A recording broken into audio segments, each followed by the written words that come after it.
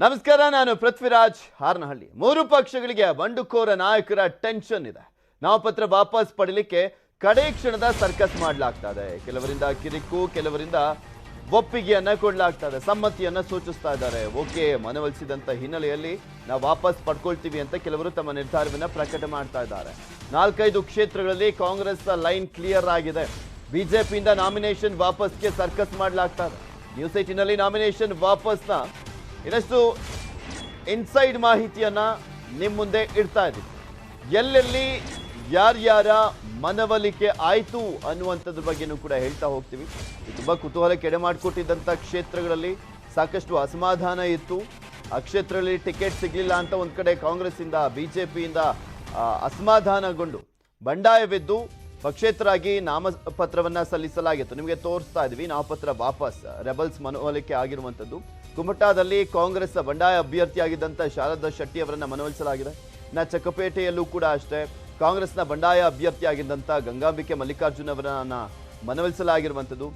KGF Babu ಪತ್ನಿ ಶಾಜಿಯಾ ತರನ್ನುಮ್ ಅವರು actually ಮನವೊಲಿಕೆಯಿಂದ ವಾಪಸ್ ಪಡೆದುಕೊಳ್ತಾ ಇರುವಂಥದ್ದಲ್ಲ.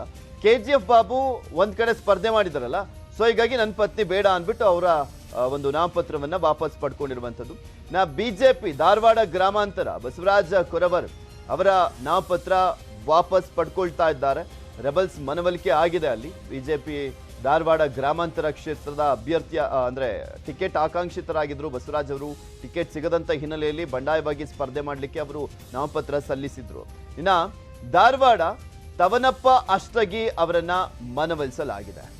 ಶಿರಸಿಯಲ್ಲಿ ಕಾಂಗ್ರೆಸ್ ವೆಂಕಟೇಶ ಹೆಗಡೆ ಹೊಸಬಾಳೆ ಅವರನ್ನ ಮನವೊಲಿಸಲಾಗಿದೆ. ರೆಬಲ್ಸ್ಗಳ ಮನವೊಲಿಕೆ ಕಾರ್ಯ ಯಶಸ್ವಿ ಆಗಿರುವಂಥದ್ದು. ಶಿವಮೊಗ್ಗ ಗ್ರಾಮಾಂತರ ಕಾಂಗ್ರೆಸ್ ರವಿಕುಮಾರ್ ಅವರ ನಾಮಪತ್ರ ವಾಪಸ್ ಪಡೆಯಲಿಕ್ಕೆ ಅವರು ನಿರ್ಧಾರವನ್ನು ಮಾಡಿದ್ದಾರೆ. ಶಿವಮೊಗ್ಗ ಗ್ರಾಮಾಂತರ ಕಾಂಗ್ರೆಸ್ನಲ್ಲಿ ನಾರಾಯಣ ಸ್ವಾಮಿ ಅವರು ಕೂಡ ಅಷ್ಟೇ ತಮ್ಮ ನಾಮಪತ್ರವನ್ನು ವಾಪಸ್ ಪಡೆದುಕೊಳ್ಳುವಂತ ನಿಟ್ಟಿನಲ್ಲಿ ಮುಂದಾಗ್ತಾ ಇರುವಂಥದ್ದು.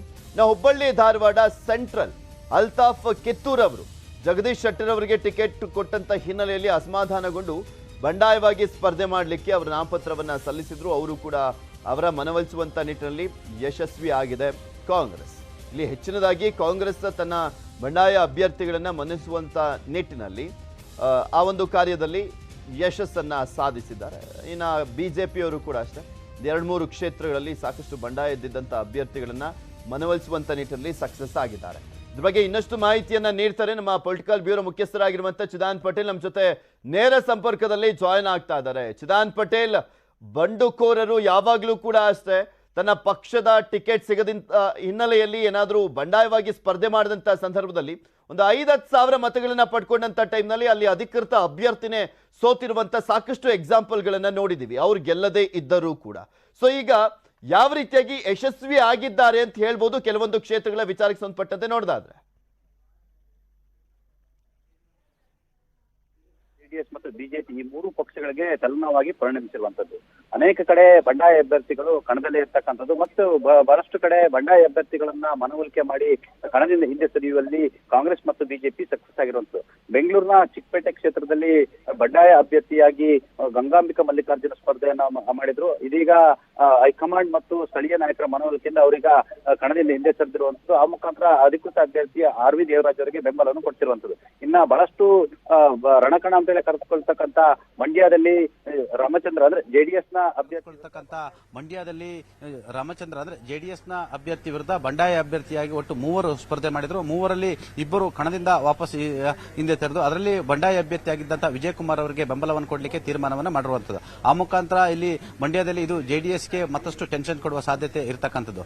ಇನ್ನ ಹುಬ್ಬಳ್ಳಿ ಧಾರವಾಡ ಸೆಂಟ್ರಲ್ ಅಂದ್ರೆ ಜಗದೀಶ್ ಶೆಟ್ಟರ್ ಸ್ಪರ್ಧೆ ಮಾಡತಕ್ಕಂತ ಕ್ಷೇತ್ರದಲ್ಲಿ ಅಲ್ಪಸಂಖ್ಯಾತ ಅಭ್ಯರ್ಥಿಯಾಗಿದ್ದಂತಹ ಅಲ್ತಾಫ್ ಕಿತ್ತೂರ್ ಅವರು ಕೂಡ ಬಂಡಾಯ ಅಭ್ಯರ್ಥಿಗೆ ಕಣಕ್ಕಿಳಿದಿದ್ದು. ಇದು ಎಲ್ಲ ಒಂದ್ ಕಡೆ ಒಂದಷ್ಟು ಅಲ್ಪಸಂಖ್ಯಾತ ಮತಗಳನ್ನ ಕೇಳುವ ಮುಖಾಂತರ ಜಗದೀಶ್ ಶೆಟ್ಟರ್ಗೆ ಹಿನ್ನಡೆ ಆಗುತ್ತಂತ ಹೇಳಲಾಗ್ತಿತ್ತು. ಆದರೆ ಕೊನೆಯ ಗಳಿಗೆಯಲ್ಲಿ ಜಗದೀಶ್ ಶೆಟ್ಟರ್ ಸೇರಿದಂತೆ ಕಾಂಗ್ರೆಸ್ನ ಅನೇಕ ನಾಯಕರ ಮನವೊಲಿಕೆಯ ಕಾರಣಕ್ಕಾಗಿ ಅಲ್ತಾಫ್ ಕಿತ್ತೂರ್ ಅವರು ಇದೀಗ ಬಂಡಾಯ ಅಭ್ಯರ್ಥಿಯಿಂದ ಹಿಂದೆ ಸರಿದಿರುವಂತದ್ದು ಮತ್ತೆ ಜಗದೀಶ್ ಶೆಟ್ಟರ್ ಅವರಿಗೆ ಬೆಂಬಲವನ್ನು ಕೊಡ್ತಿರುವಂತದ್ದು. ಇನ್ನು ಪುತ್ತೂರಿನ ವಿಚಾರಕ್ಕೆ ಬಂದ್ರೆ ಪುತ್ತೂರಿನಲ್ಲಿ ಕೂಡ ಬಂಡಾಯ ಅಭ್ಯರ್ಥಿಯಾಗಿ ಹಿಂದೂ ಮುಖಂಡಾಗಿದ್ದಂತ ಅರುಣ್ ಕುಮಾರ್ ಪುತ್ತಿಲ್ ರವರು ಕಣಕ್ಕಿಳಿದಿದ್ರು. ಆದರೆ ಕೊನೆಗಳಿಗೆಯವರು ಕೂಡ ಅವರನ್ನ ಕಣದಿಂದ ಹಿಂದೆ ಸರಿಸಲಿಕ್ಕೆ ಪ್ರಯತ್ನವನ್ನ ಮಾಡಿದ್ರು ಕೂಡ ಆ ಪ್ರಯತ್ನ ಬಿಜೆಪಿಗೆ ಯಶಸ್ಸಾಗಲಿಲ್ಲ.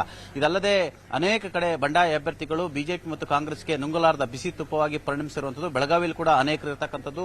ಅದೇ ರೀತಿ ಈಗಾಗಲೇ ಶಿರಹಟ್ಟಿಯಲ್ಲಿ ಪ್ರಮುಖವಾಗಿ ಬಂಡಾಯ ಅಭ್ಯರ್ಥಿ, ಕಾಂಗ್ರೆಸ್ನ ಬಂಡಾಯ ಅಭ್ಯರ್ಥಿ ಆಗಿರ್ತಕ್ಕಂಥ ರಾಮಕೃಷ್ಣ ಲಮಾಣಿ ಅವರು ನಾನು ಕಣದಲ್ಲೇ ಇರ್ತೀನಿ ಅನ್ನೋ ಮುಖಾಂತರ ಇಲ್ಲೊಂದು ಕಡೆ ಶಿರಹಟ್ಟಿಯ ಶಾಸಕರಾಗಿದ್ದಂಥ ರಾಮಣ್ಣ ಲಮಾಣಿಯ ಬೆಂಬಲವನ್ನು ತೆಗೆದುಕೊಂಡಿರುವಂಥದ್ದು. ಇದು ಕಾಂಗ್ರೆಸ್ನ ಅಧಿಕೃತ ಅಭ್ಯರ್ಥಿಗೆ ತೊಡಕಾಗುವ ಸಾಧ್ಯತೆ ಇರತಕ್ಕಂಥದ್ದು.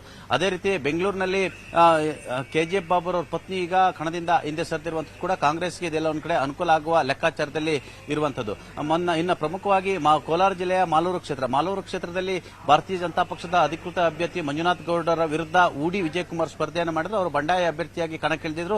ಈ ಕ್ಷಣದವರು ಕೂಡ ಅವರಿಗೆ ಮನವೊಲಿಕೆ ನಿರಂತರ ಪ್ರಯತ್ನವನ್ನು ಮಾಡ್ತಿರ್ತಕ್ಕಂಥ ಭಾರತೀಯ ಜನತಾ ಪಕ್ಷ. ಆದರೆ ಊಡಿ ವಿಜಯಕುಮಾರ್ ಕೂಡ ಇನ್ನೂ ಕೂಡ ಕಣದಿಂದ ಹಿಂದೆ ಸರಿಯುವ ಮುನ್ಸೂಚನೆಯನ್ನು ಕೊಟ್ಟಿಲ್ಲ. ಇದು ಎಲ್ಲೊಂದು ಕಡೆ ಬಿಜೆಪಿಗೆ ಹಿನ್ನಡೆ ಆಗುವ ಸಾಧ್ಯತೆ ಇದೆ ಅಂತ ಕೂಡ ಹೇಳಲಾಗ್ತಿದೆ. ಒಟ್ಟಾರೆ ರಾಜ್ಯಾದ್ಯಂತ ಕಾಂಗ್ರೆಸ್ನ ಒಟ್ಟು 20ಕ್ಕೂ ಹೆಚ್ಚು ಬಂಡಾಯ ಅಭ್ಯರ್ಥಿಗಳು ಕಣದಲ್ಲಿರ್ತಕ್ಕಂಥದ್ದು, ಬಿಜೆಪಿಯ 10ಕ್ಕೂ ಹೆಚ್ಚು ಅಭ್ಯರ್ಥಿಗಳು ಕಣದಲ್ಲಿರ್ತಕ್ಕಂಥದ್ದು, ಜೆಡಿಎಸ್ನ 6ಕ್ಕೂ ಹೆಚ್ಚು ಅಭ್ಯರ್ಥಿಗಳು ಕಣದಲ್ಲಿರ್ತಕ್ಕಂಥದ್ದು. ಎಲ್ಲೊಂದು ಕಡೆ ಇದು ಮೂರು ಪಕ್ಷಗಳಿಗೆ ಇದೀಗ ನುಂಗಲಾರದ ಬಿಸಿ ತುಪ್ಪವಾಗಿ ಪರಿಣಮಿಸುವ ಸಾಧ್ಯತೆ ಇದೆ ಅಂತ ಹೇಳಲಾಗ್ತಿದೆ. Prithvi. Okay, thank you Chidan Patel ನಿಮ್ಮೆಲ್ಲ ಮಾಹಿತಿಗಾಗಿ.